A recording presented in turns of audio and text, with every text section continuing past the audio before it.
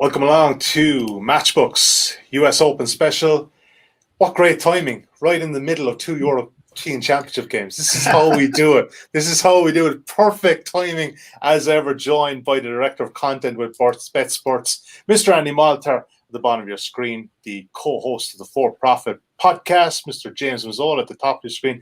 If you watch us now live on Tuesday, in between the Portugal and the Germany and France games, you are most welcome. Please get your questions and comments in to the guys. We're going to cover a couple of outright markets.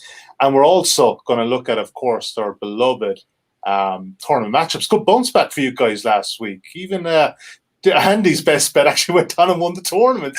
I don't think you get any bonus for that. I know, JD, no, you do not. You don't get any top-up bonus. Unfortunately, it really sucks. There should be some sort of thing there, but hey, that's the joy for another thing. We're not going to talk about the Palmetto. That's gone. That's behind us. It's hopefully never again, by the way. Possibly never again, yeah. One time only. One time around this thing.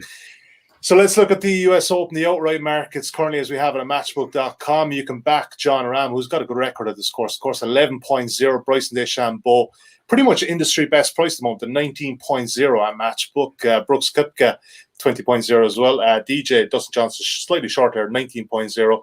Rory, 22.0. Victor Hovland, he's a trendy pick again this week, guys, 28.0. Patrick Cantlay, 29. Patrick Reed, 31. JD, first to you, bud. Give me your top outright selection. I said it there a while ago. This man is pretty much best price at Matchbook.com. Bryson DeChambeau on home turf in California. Why is he going to win this week, though? Tell me about it. Because he's going to be pretty good out of the rough here as well, isn't he? Because there's a lot of rough at Torry Pines. That's right. You know, the way Torry plays each and every year, especially now, you know, they went through renovations a long time ago before we were ever, even thinking about what we were doing. And basically what they did was they took out all the trees. And so you can just spray it anywhere you want.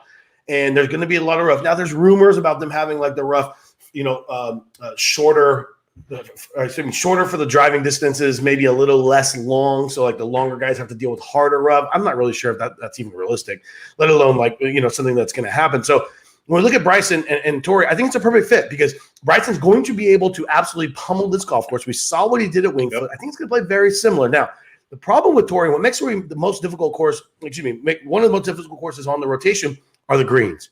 POA combined with this ocean effect. I played Torry. This is for a de facto home course for me when I lived in San Diego. I played it probably hundreds of times. It is the most frustrating place to putt that I've ever been. You just have no confidence over anything because you don't know if it's going to bounce left or right. You don't know what the water is going to do to it. So Bryson, as a West Coast guy, knows those POA greens, and also everyone's going to miss 5-footers. So give me the guy who's going to bomb it and going to have short irons in. He is the best iron player out of the rough because all of his irons are the same length. And even, Rory made this comparison when he was talking about the swing changes that he did. People can't do what he does, when his 9 iron is the same as his 6 iron. He's able to get at those balls in the rough a little easier. So I think it's a perfect setup. Bryson's always going to be a U.S. Open guy because of his game, and this is no different. Yeah, he's tipped by a very well-known tipster over this side of the Atlantic. So I suggest if you're watching this now, this price will come down. It's 19.0, pretty much industry best price at Matchbook.com. Andy Moiltor, your preferred outright pick this week is Patrick Reed at 31.0. It was weird. When he makes the cut, he does well, and when he doesn't miss the cut, he misses the cut. But when he's in it after Friday, he tends to be going well in the last couple of weeks.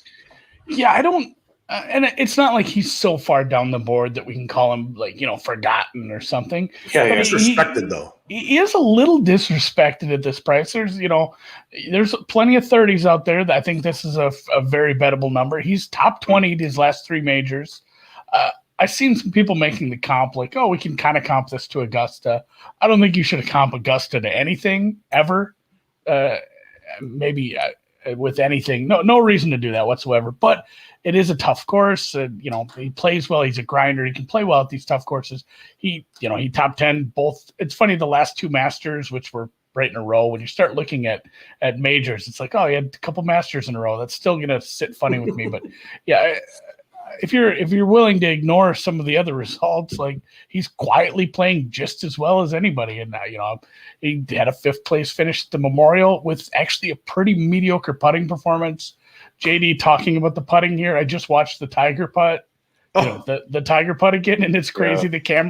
The camera angle that comes in from the side, that thing is just bouncing like a kickball down a runway. I wouldn't want to ever putt there. Kudos for you for even trying to play it, James. But yeah, shot a million.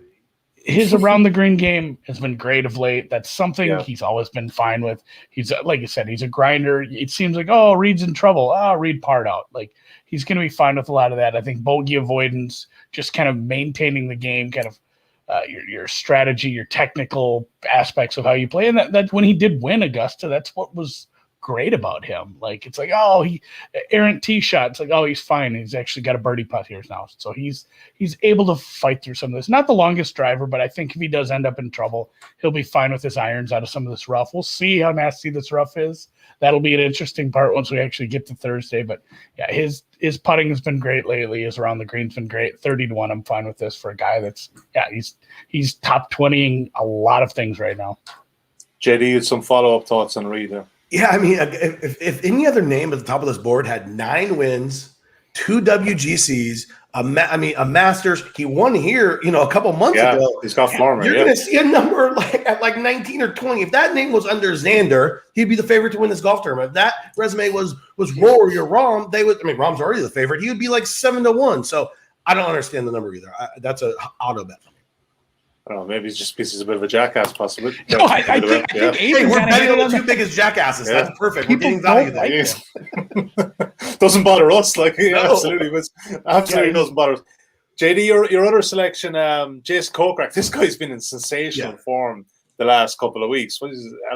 He's doing so well. 4 top 10 finishes his last 7 tournaments. Pretty spectacular stuff. Yeah, we're going to have a little matchup on him, so we'll talk later. But I just think, for a guy who has 2 wins on the year, whose game fits this place perfectly. I mean, he's long and he's straight. And like you said, his form is insane. What he's changed is his putting. He's actually turned into one of the better players on tour. He's top 10 strokes gained putting in 21. So, he's the next evolution for him, especially because he's been on tour for a while. He's starting to put it together. The next step would be a major. So, at 66, I think it's just a little take. And this is the kind of guy that you're going to attack in the derivative markets as well. Yeah, big price, 66.0 at Matchbook.com. Don't forget, if you have not got a Matchbook account and you do want to get involved on some of these markets, obviously going to talk about the tournament matchups in a minute, which we have 107 of. You can sign up today and get 0% commission on all sports for 30 days. Not just the US Open. There's this thing called the Euros on at the moment. Royal Ascot is on this week, gentlemen. You guys would love Royal Ascot, by the way. MLB season's full flow. The NBA finals, that's not too far on the horizon. Playoffs are going. So, 0% commission on all sports for 30 days, but you have to use the bonus code INSIGHTS when signing up to avail of that very special offer. Full terms and conditions can be found at Matchbook.com underneath the promotions tab. And please do gamble responsibly at all times. And I saw you perking up when you said Royal Ascot there. I mean, you would look so good in the top hat. I just know you would. What is that? Know you would. Oh, it's horse racing. Horse racing. You got to wear a top hat and tails. Yeah, it's the height of British sophistication. You'd love it as well.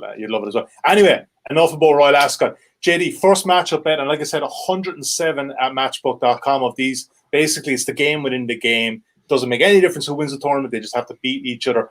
Brooks Koepka to beat Xander Schauffele at 2.27 or plus 127. And in our WhatsApp group, prior to recording, you put in the letters WTF on Koepka. What's the story here? You love this bet. So I feel like a lot of this market is derived from guys who take the stats from a year-long season, which, let's be real, Brooks is just not a guy who's going to step up and play in a lot of these golf tournaments. He does have a win this season. He had that hurt knee, but we saw what he did at the PGA. He was the odds-on favorite going into the final round to beat Phil. Came up a little bit short, but just a different game, man. He gained over 6 strokes on approach at the PGA. I expect to see that exact same kind of performance here at Torrey. It's a perfect golf course for him. He bombs it straight. He hits his irons well, and he's a good around the greens when especially at Torrey where the POA is the greens are small and the rough is heavy, right? Xander, I'm fading him all across the board. He's a favorite to Bryson. He's a favorite to Rory. It's insane to me that he's getting this kind of love. And again, maybe it's that hometown narrative. He's from San Diego. Love that place. from his home course, accordingly. The home course, he misses cuts on it every single Farmers Insurance Classic. So what are we thinking he's going to all of a sudden, like there's this like special thing that he has at this golf course when he sucks at it every single week, every single year that we see him. So I don't really see that bump in Xander's game. And to be a favorite of this magnitude over Brooks at a major is absolutely wild to me. If this doesn't close closer to even, we have some serious issues here. But plus 127, I don't know if there's a better bet that I'll make within the next few months for sure. I mean, this is lunacy. You've already tipped your hat in the best bet. No, it's not even close. Mark it down now. This is wild. Straight off the bat, love that. Andy, the one you're like in Abram Ancer to beat Justin Rose. Ancer's form terrific as well. 8th at the PGA, 2nd at the Wells Fargo, and 5th at the Valspar. That's some terrific form. He's 1.79 minus 127. But yeah, very bettable number for you. Yeah, I feel like I've bet against Rose at every major. I don't know if it hasn't worked. I think I bet him to miss the cut at the Masters. Like I don't know if he's gone full Brooks on us and he only plays well at the big tournaments because I'm using his numbers. I don't know if I need to just look at only his major numbers to stop me from doing this every week. But yeah, Ancer's a guy I like. He missed the cut 10 events ago, and since then his worst finish is 26th. Handful of top 10s in there. He's playing as well as anybody. I don't know. I guess Rose is a bigger name. Rose has had some success. Again, Rose has played well at some of the major tournaments yet this year too. So I thought this number should be a little bigger, but 5 straight top 20s for Ancer. And Rose's tee to green numbers have a little bit rough. You look at, so the results are good. And then you look like, just again, one of those where he putted his ass off, just brought everything up with a bunch of, really good putting where the tee to green numbers weren't there. And if he hadn't putted well, he probably wouldn't have been around on the weekend. So I think if he's going to get into any trouble off the tee here and he's have to hit out of this deep, deep rough, we're going to have some trouble. Hopefully he finally misses a cut. I probably will bet him to miss the cut again. I do that at every major. I'm just going to be martingelling that until it finally hits there, I guess. But yeah, I do. Again, it's minus 127. I'd make it closer to like minus 140. And it just based on one of these men is the much better ball striker right now. Ancer's playing well. Little guy, only concern, little guy doesn't drive the ball super far.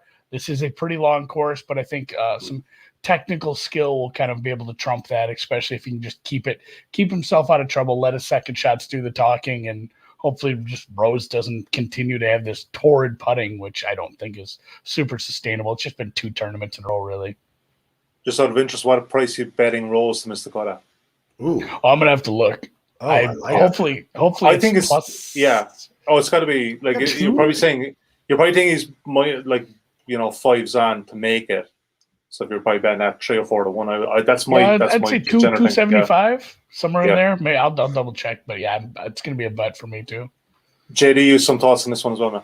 Yeah, and it's interesting. Andy mentioned the fact that Ancer is short off the tee. He is. He's like 140th in this group field over his last 50 yards on driving distance. Despite that fact, he's 17th in strokes gained off the tee, which means he just doesn't miss fairways. Like he hits it dead straight every single time. So they say, you need driving distance. That's going to be super paramount here, which I don't disagree with. But if you just live in the fairways, especially with a guy like Ancer, whose long iron game is absolutely insane, you're going to be able to make some scores. So I've gotten in trouble fading Ancer because of that distance, but you have to, the off the tee numbers are way more important because he just finds fairways. He's like Morikawa, just fairway, fairway, fairway, fairway. So don't worry about the driving distance. Worry about the fact that he hits every fairway. Next one, JD, Jordan Spieth to beat Tony Finau. He's 2.14 plus 114. I presume because this course is so long that Finau is obviously going to be favored in a lot of these matchups, that he's kind of favored as a big bomber. But what's the case here with Spieth? You kind of think that, look, he's 24.0 on the outright market currently. Finau is 30.0. So you're just kind of thinking that you just have a bit more consistency around here. Yeah, and look, Jordan's not the longest guy off the tee, right? I just think that's such an overblown narrative, though. The difference between now, take away like Bryson Champ and that new guy whose name I cannot pronounce, who's from the European Tour, who I guess hits it like further than Bryson. Just take those guys away, and you have like from like Rom to like the 80th guy driving distance is like 10 yards. So like we're looking at this stat that doesn't really matter that much, to be honest with you. I care more about off the tee numbers because that, in a way, and I don't want to get into the specifics of it, but that factors in being able to hit fairways. And Spieth over his last 50 rounds has been able to do that, which is wild. I don't know where he found it from. He did somewhere. He might have sold to the devil for all we know, because he found his driver just in the right time.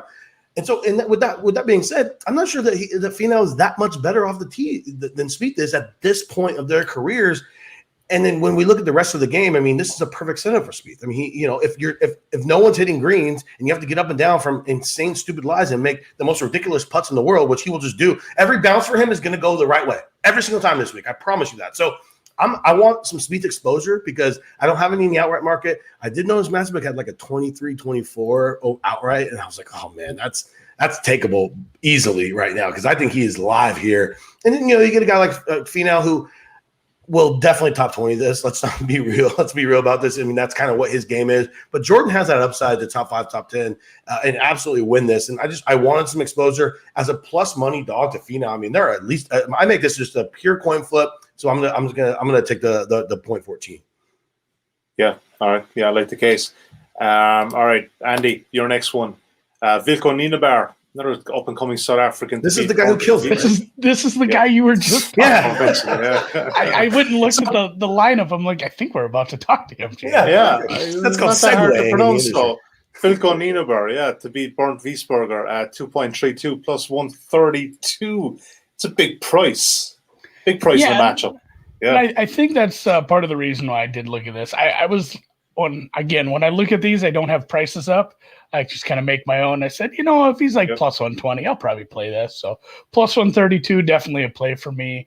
Yeah, Nienaber. I had to look this up to make sure I got it right. Nienaber does hit the ever-living piss out of the ball.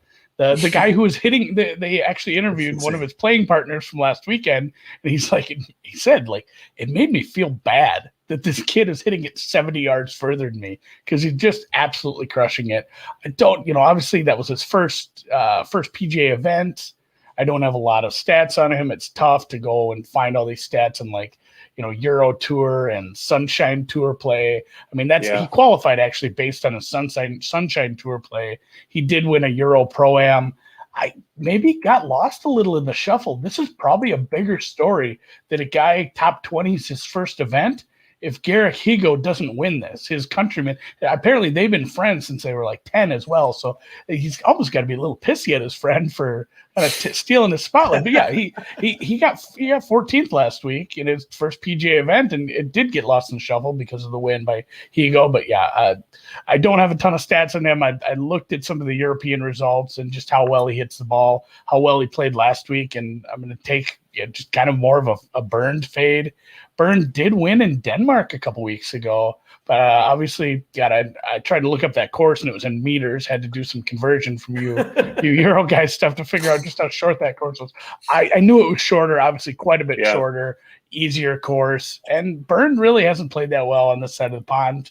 He's only seen the weekend 3 out of 6 times in the U.S. and one of them was a non-cut event. So it's not like he did anything special there. So I'm going to be fading him on the West Coast here. And his putting has been really too suspect to take serious. His putting is really I always say I can't back a guy just because he's been putting well. I can fade a guy if he's putting horrible. And his putting it's not been great for a while and it's gotten worse. So this is a nice number for me, especially if Nienaber's out driving him by like 50 yards every hole. Yeah, that South African Ryder Cup team is shaping up nicely. There's some really good players coming through. Yeah. It's coming around. It's coming around. Yeah, absolutely. Yeah. The rest of the world, they'll get it now. But I think just in Nienaber, I think the problem was there originally when he was coming out as a big bomber. My understanding was that a lot of people put into the fact that a lot of the courses in South Africa are at altitude and they weren't factoring. But they also forget there's a lot of courses at sea level too in Cape Town and Durban and wherever else, Port Elizabeth. So yeah, it wasn't just altitude. This guy is just a big bomber off the tee. It sounds like a South African Cam Champ to me. Is that a fair comparison? He's like 180 pounds. It's not like he's bulked up like Bryson. He's just doing this with I don't understand magic. It's a big prize on it, 2.32. JD, you already mentioned Jess Kokrak, but you like him in this matchup against Adam Scott at 1.73. So you're doing a bit of double dipping here. I like that. Yeah, and Kokrak again has made every cut this year, like every single one of them. So we have a guy who we can assume is going to make the cut on a course that fits in perfectly. Adam Scott's ball striking has just gone away, and it's sad because we're talking about the prettiest golf swing maybe ever. I think anytime anyone gets a lesson, Adam Scott's one of the first guys that they put up. It's like, hey, mimic this, which is obviously impossible. And before COVID had it going, one Riviera was playing the best golf that he has played in a long time. And for whatever reason, that COVID break, it just broke his golf swing. And I'm not sure what happened with it. He's losing strokes ball striking every single week. He's making it up putting, which is really strange for Adam Scott. Yeah. Sweeping motion. And maybe he found something, and maybe he lost the ball striking and turned into Ben Crenshaw. I don't really know, but I kind of think not. So on this setup, which just set up well for him, but does it if we're thinking about Scott as a poor ball striker and a pure putter, and spraying driver all over the place and not necessarily that long? I think we're putting Adam Scott in what we think he was. He is just not that now. He's just a putter for some odd reason, and I'm not even sure if that's sustainable, to be honest with you. So this number should be way longer for a guy like Kokrak, who I think has a legitimate shot to win this golf tournament. 150, 160 is a lot closer for me. I wouldn't be surprised if Scott just completely missed his cut. And obviously, how much I like Kokrak. That's a complete top 20 bet for me. Yeah, 1.73. Not a bad play. I would suggest Andy Webb Simpson to beat Cameron Smith. 1.82 minus 122. We talk pre-recording. Now we're all very busy at the moment with work, and this guy hasn't worked since the 18th of April. Webb Simpson, he's got a lot of time off, a lot of time to rest. But prior to that, he's in great form. 9th at the RBC, 12th at the Masters, 6th at WGC Workday, and 4th in the Sony Open early in the year. So can he kind of replicate that here, even from such a long time off? Yeah, I tried to look into that and figure out exactly, why a little bit of an injury there. People, I think maybe that's what people are scared off of too. His neck flared up. I'm not 100% sure. It sounds like he's fine.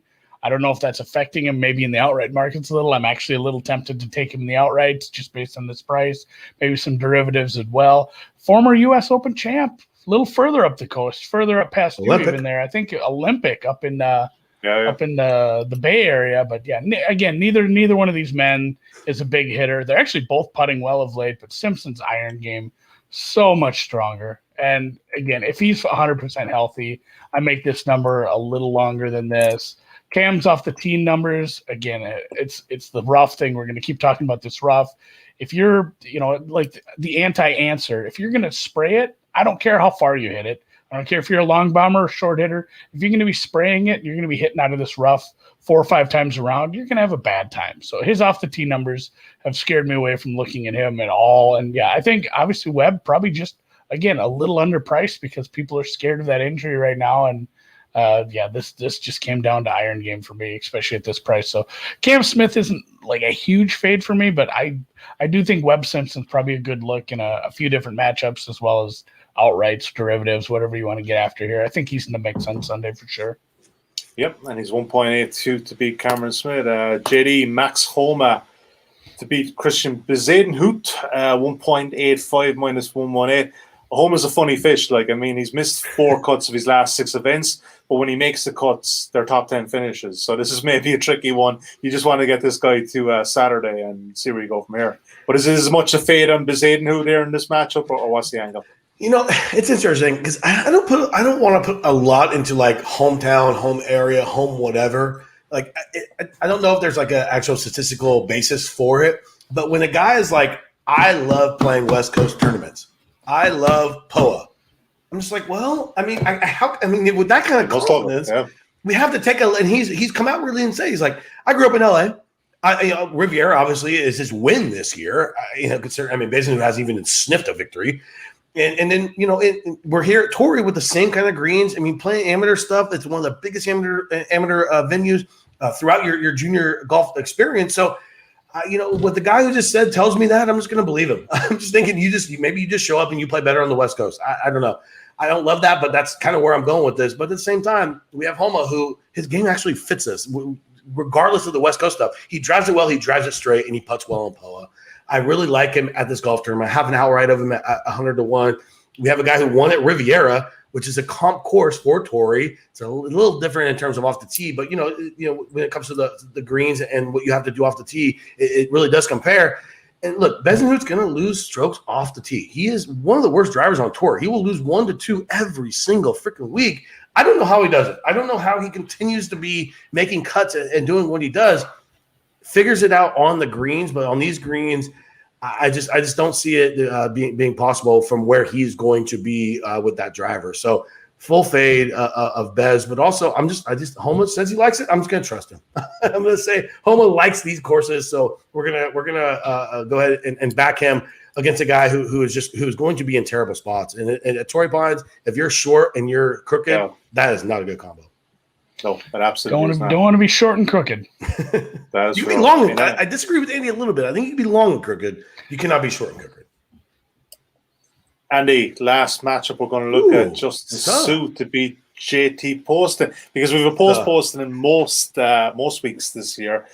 Justin Sue, so just refresh my memory. He was in the same kind of class as when Morikawa and Hovland Exactly. and Matchbook. That was the general kind of thing. He kind of stepped away for a bit, didn't he? Did he have a wrist injury or something like that? Yeah, it was a wrist injury, and he blamed it on just I'm playing a lot more golf once I stepped up. It was just he called it overuse. Yeah. I'm not banging the drum for this kid's gonna finally win one and expect him in the top 20 this week. This is a JT Poston fade. I mean, I could just go back to my notes for what half the other shows we've done where I've opposed this guy. It's been pretty hard. I bet against him last week or 2 weeks ago again. He's cashed more than he's taken from me definitely here. But yeah, Justin was in that same class. He kind of fell behind the Morikawas, Hovland, what have you, Wolf, all those young guns with the injury. And he did say he struggled a little with I don't even want to call it fame, but just like once your name gets out there and the people start talking about on your social media, he didn't care for that. So he just said, all right, rehab this injury. I'm just going to ignore social media. I'm going to start playing better. And, I do like him to start playing better at some point this summer.